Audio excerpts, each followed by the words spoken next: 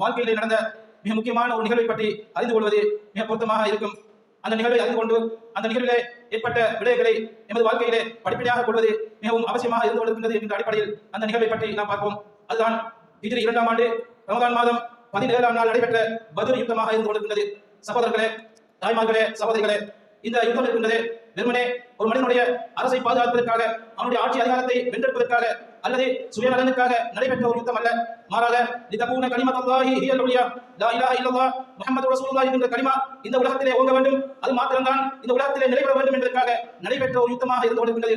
சகோதரர்களே, தாய்மார்களே, சகோதரிகளே, இதனை அறிந்து கொள்வதற்கு முன்னால் நம்மெல்லாம் எமது உயிரினும் மேலான உத்தம நபி முஹம்மது முஸ்தபா ஸல்லல்லாஹு அலைஹி வஸல்லம் அவர்களுடைய வாழ்க்கை வரலாறை அறிந்து எமது வாழ்க்கையிலே நாம் அந்த அவருடைய வாழ்க்கை என்ன பாடங்களை எமக்கு உணர்த்துகின்றது என்கிற விடயங்களை நாம் எமது வாழ்க்கையிலே படிப்பினையாக கொள்ள வேண்டும். அது மாத்திரமல்ல, அவர்களுடைய வாழ்க்கை வரலாறுகளை நாம் படிக்கின்ற பொழுதுதான் அவர்கள் மீது எமக்கு அளவு கடந்த அன்பு வருகின்றது. நபி நாயகம் ஸல்லல்லாஹு அலைஹி வஸல்லம் அவர்கள் தான் இந்த உலகத்திலே அன்புக்கு பாத்திரமானவர்கள் என்கிற விடயத்தை நாம் புரிந்து கொள்ள வேண்டும். சகோதரர்களே, ஒரு நாள் உமர் ரலியல்லாஹு அன்ஹு அவர்கள் சொல்கிறார்கள், அல்லாஹ்வின் தூதர் அவர்களே, எனது ஆத்மாவுக்கு பிறகு, எனது உயிருக்கு பிறகு நான் உங்களை நேசிக்கின்றேன் என்று சொல்கிறார்கள். அந்த நேரத்திலே உமர் ரலியல்லாஹு அன்ஹு அவர்கள் சொல்கிறார்கள், அவர்களுக்கு நபி நாயகம் ஸல்லல்லாஹு அலைஹி வஸல்லம் அவர்கள் சொல்கிறார்கள், மா கம்மல்த யா உமர், உமர் அவர்களே, நீங்கள் பூரணமான ஈமானை இன்னும் அடையவில்லை என்று சொல்கிறார்கள். அப்பொழுது உமர் ரலியல்லாஹு அன்ஹு அவர்கள் நினைக்கிறார்கள், எனக்கு இந்த கண்ணியம் வந்தது, இந்த மகிமை வந்தது இந்த அருமை தூதர் ஸல்லல்லாஹு அலைஹி வஸல்லம் அவர்கள் மூலமாகத்தானே. எனவே அல்லாஹ்வின் தூதர் அவர்களே, எனது ஆத்மாவை விட, எனது உயிரை விட உங்களை நான் நேசிக்கின்றேன் என்று சொல்கின்ற பொழுது ஸல்லல்லாஹு அலைஹி வஸல்லம் அவர்கள் சொல்கிறார்கள், அல் ஆன யா உமர், ஆம் இப்பொழுது உமர் அவர்களே, நீங்கள் பூரணமான ஈமானை அடைந்து விட்டீர்கள் என்கிற செய்தியை உமர் ரலியல்லாஹு அன்ஹு அவர்களுக்கு நபி நாயகம் ஸல்லல்லாஹு அலைஹி வஸல்லம் அவர்கள் கூறுகிறார்கள் என்று சொன்னால்,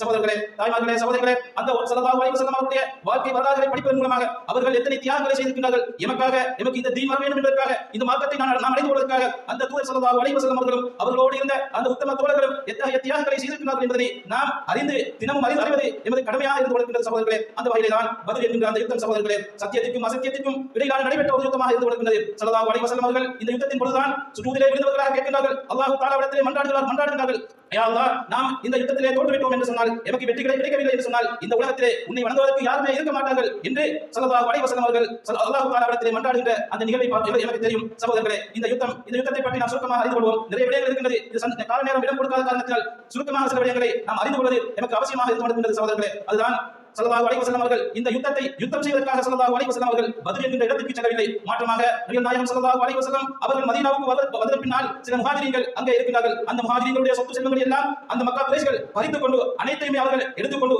உயிர்களை மாத்திரம் உயிரோடு மாத்திரம் தான் மதீனாவை அந்த முஹாஜிரீன்கள் அந்த மக்காவிலே இருந்து சஹாபா பெருமக்கள் மதீனாவை வந்து சேர்கிறார்கள். அந்த ஹிஜ்ரத் எனக்கு தெரியும் சகோதரர்களே. அந்த ஹிஜ்ரத் பயணமும் சாதாரண ஒரு விடயம் அல்ல. அதனை பற்றி பேசுவதாக இருந்தால் நிறைய விடயங்கள் பேச வேண்டும். ஆனால் சுருக்கமாக சொல்கிறேன் சகோதரர்களே, அந்த ஹிஜ்ரத் ஸல்லல்லாஹு அலைஹி வஸல்லம் அவர்களும் அவர்களுடைய அன்பு தோழர்களும் அனைத்து பொருள்களையும் மக்காவிலே விட்டுவிட்டு அவர்களுடைய உயிரையும் இந்த இஸ்லாத்தையும் இந்த ஈமானையும் மாத்திரம் அவர்கள் சுமந்தவர்களாக மதீனாவுக்கு வந்து சேர்கிறார்கள். மதீனாவுக்கு வந்து சேர்ந்த பிறகு நபி நாயகம் ஸல்லல்லாஹு அலைஹி வஸல்லம் அவர்களுக்கு அவர்களுடைய சொத்து செல்வங்கள் எல்லாம் அபூ சுஃபியானுடைய தலைமைகள் அந்த சொத்துக்கள் எல்லாம் அந்த பொருட்கள் எல்லாம் எடுத்துக்கொண்டு சிரியாவுக்கு சாம் தேசத்துக்கு ஒரு வியாபார கூட்டம் வியாபார நோக்கத்திற்காக செல்கிறார்கள். அதுவும் அவர்கள் வியாபார நோக்கத்திற்காக சென்று அந்த வியாபாரத்திலே வருகின்ற இலாபத்தின் மூலமாக இந்த முஸ்லிம்களை கருவறுக்க வேண்டும் என்கிற அந்த எண்ணத்தோடு தான் அவர்கள் சிரியாவுக்காக வியாபாரத்திற்காக செல்கிறார்கள். சகோதரர்களே, அவர்கள் வருவதை அவதானித்த நபி நாயகம் ஸல்லல்லாஹு அலைஹி வஸல்லம் அவர்கள் சொல்கிறார்கள், எமது சொத்துக்களை அவர்கள் அபகரித்தது மாத்திரமல்ல, அதனை எமக்கு எதிராக பயன்படுத்துவதற்கும் அவர்கள் திட்டமிடுகிறார்கள். எனவே அவர்களுடைய சொத்துக்களை நாம் அபகரிக்க வேண்டும் என்று நபி நாயகம் ஸல்லல்லாஹு அலைஹி வஸல்லம் அவர்கள் சில சஹாபா தோழர்களோடு அவர்களுடைய அந்த காஃபிலா அந்த வியாபார குழுவை அவர்கள் இடைமறிக்கின்ற நேரத்திலே அந்த அபூ சுஃபியான் தந்திரம் உள்ளவர் அவர் பாதை மாற்றி அவர் மக்காவுக்கு சென்று விடுகின்றார். அதற்கு இடையிலே மக்காவுக்கு செய்தி போய்விடுகின்றது. மதீனாவிலே இருக்கக்கூடிய முஹம்மது ஸல்லல்லாஹு அலைஹி வஸல்லம் அவர்களும் அவர்களுடைய தோழர்களும் இந்த